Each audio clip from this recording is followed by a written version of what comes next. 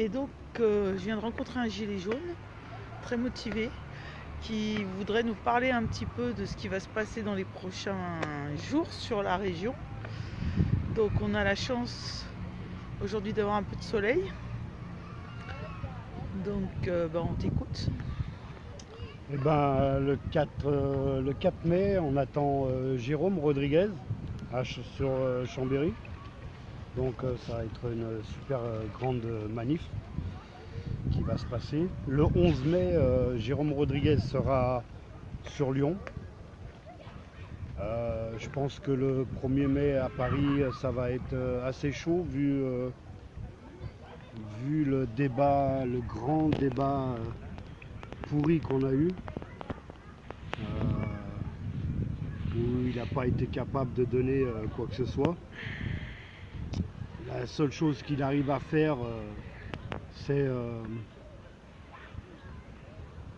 pour les SDF, alors qu'il avait dit qu'en 2018, il n'y aurait plus de SDF dans la rue, alors que ça continue. Oui, c'est vrai, là, il est en train de faire quelque chose pour les SDF. En fait, il est en train de les laisser mourir dehors. Comme ça, à bout d'un moment, c'est sûr qu'il ne va plus en avoir. Donc il aura réussi ce qu'il voulait faire, donc c'est une très bonne chose pour lui, mais voilà, c'est pas ce qu'on attendait. Et en fait, sur tout ce qu'on a demandé, il n'a rien donné du tout. Donc, alors il n'a pas écouté les gilets jaunes. Ah, il n'a rien écouté du tout, surtout que Laurence Ferrari, c'est la seule à lui avoir bien remis les idées en place. Par contre, avec son petit sourire narquois, franchement, il ne mérite pas de son statut de président. Il a parlé d'arrogance. Oui, il est arrogant, il rigole. À chaque fois qu'on lui pose une question sérieusement, il rigole. De toute façon, c'est simple, il n'en a rien à foutre des gilets jaunes. En fait, lui, ce qu'il importe, c'est son portefeuille. Il a vendu la moitié des Champs-Élysées au Qatar et puis au reste. Je trouve que c'est vraiment dégueulasse ce qu'il est en train de faire. Et je pense que d'ici qu'il parte, il y aura beaucoup d'autres choses qui seront vendues et qu'on n'arrivera plus à récupérer plus tard. Donc c'est du n'importe quoi. Je vois aussi qu'il y a certains caporals de l'armée qui sont avec nous. Je vois qu'il y a beaucoup de policiers, il y en a 2000, je crois que c'est 2900 qui se sont mis en maladie pour ne pas travailler le samedi. Donc je pense que le jour où toutes les forces de l'ordre auront compris de comment l'État est en train de se foutre de leur gueule, etc., je pense que c'est ce moment-là où on aura tout gagné, où ils seront avec nous, et c'est là où on arrivera à quelque chose avec les forces de l'ordre de notre côté et pas contre nous. Et le RIC alors?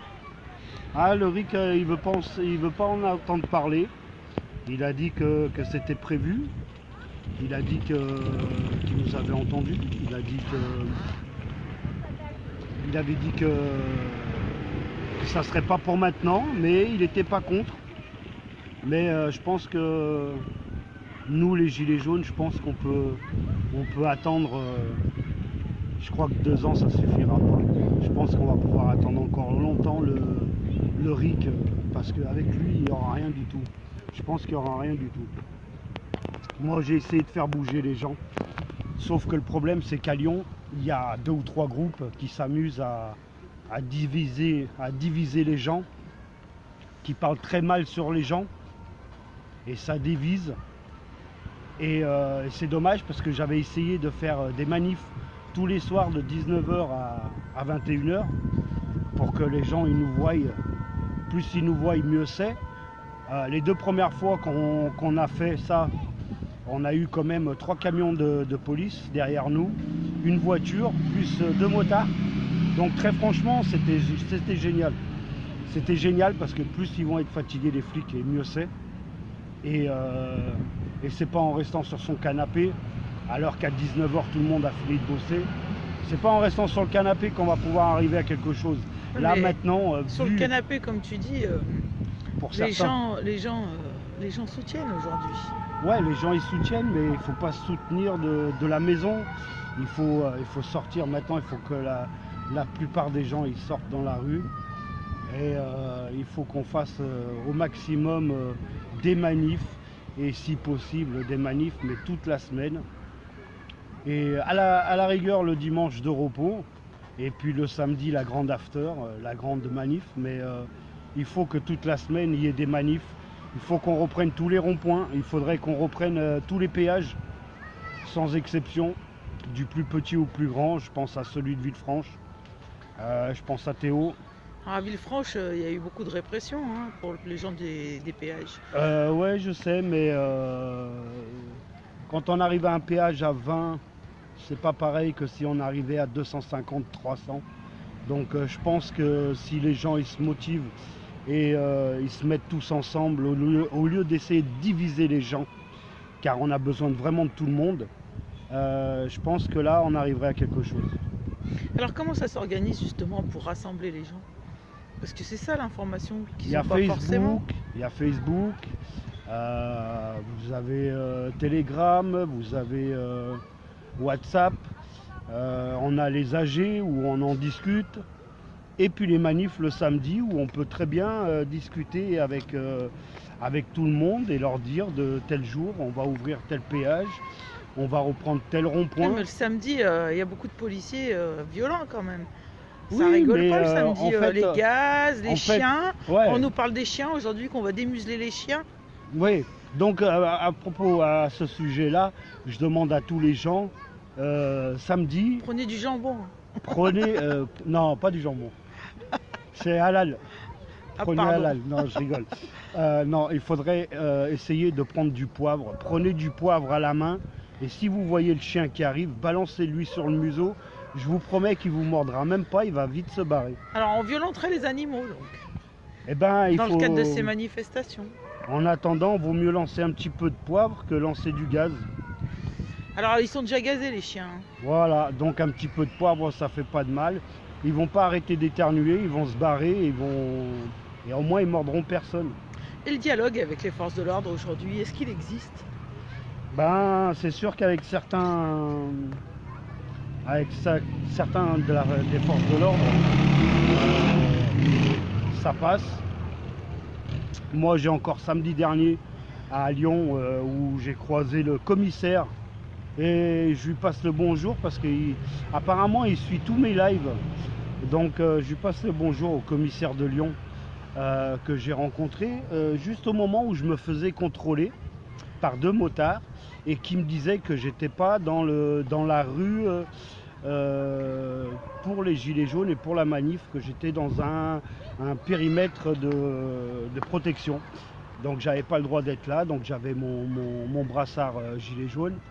Et donc ils ont commencé à me contrôler. Heureusement, le commissaire de Lyon est arrivé et il a dit aux deux motards que c'était bon, qu'ils fassent juste un contrôle d'identité et basta. Donc j'ai eu un peu de chance. Et il m'a dit très clairement qu'il suivait tous mes lives, que ça lui servait beaucoup mes lives. Donc je sais pas pourquoi, mais enfin bref. Bon, on va l'appeler à pas prendre les chiens alors. Hein, si... Donc voilà.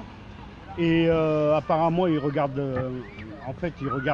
ils se renseignent tous sur Facebook.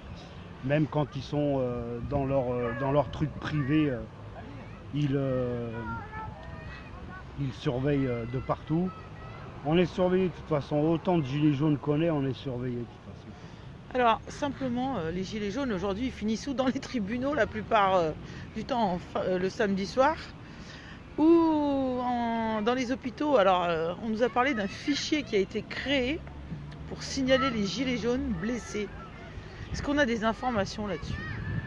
Bah, apparemment, du moment où vous êtes présenté pour des blessures dans n'importe quel hôpital, apparemment vous avez les services de police qui sont renseignés et qui viennent directement prendre les identités de tout le monde, de tous ceux qui sont blessés. Avec le frein, pas avec les chaussures. Et donc, apparemment, ça existerait, ce fichier. Apparemment, ça serait les flics qui viennent directement. Parce que moi j'ai été surprise, j'ai écouté Jérôme Rodriguez dimanche sur LCI, où il a été interviewé avec le syndicat de police et l'ancienne ministre de la Santé, Roselyne Bachelot, qui a soutenu l'information fausse, alors qu'elle avait été diffusée le mardi précédent concernant ce fameux fichier. Donc, effectivement, qu'on n'est pas tous super informés, hein, mais en tant qu'ancienne ministre de la Santé, et ne pas être au courant qu'aujourd'hui, en France, on a un fichier concernant les blessés dans les manifestations, ça questionne. Ouais. Ça fait peur aux gens. Ouais, mais apparemment, apparemment, il existe. Hein. Il existe vraiment. Maintenant, savoir à 100% ou pas, je sais pas. Alors, l'actualité des Gilets jaunes est riche, hein, parce qu'on en parle tous les jours, à la télé, dans les journaux, la presse.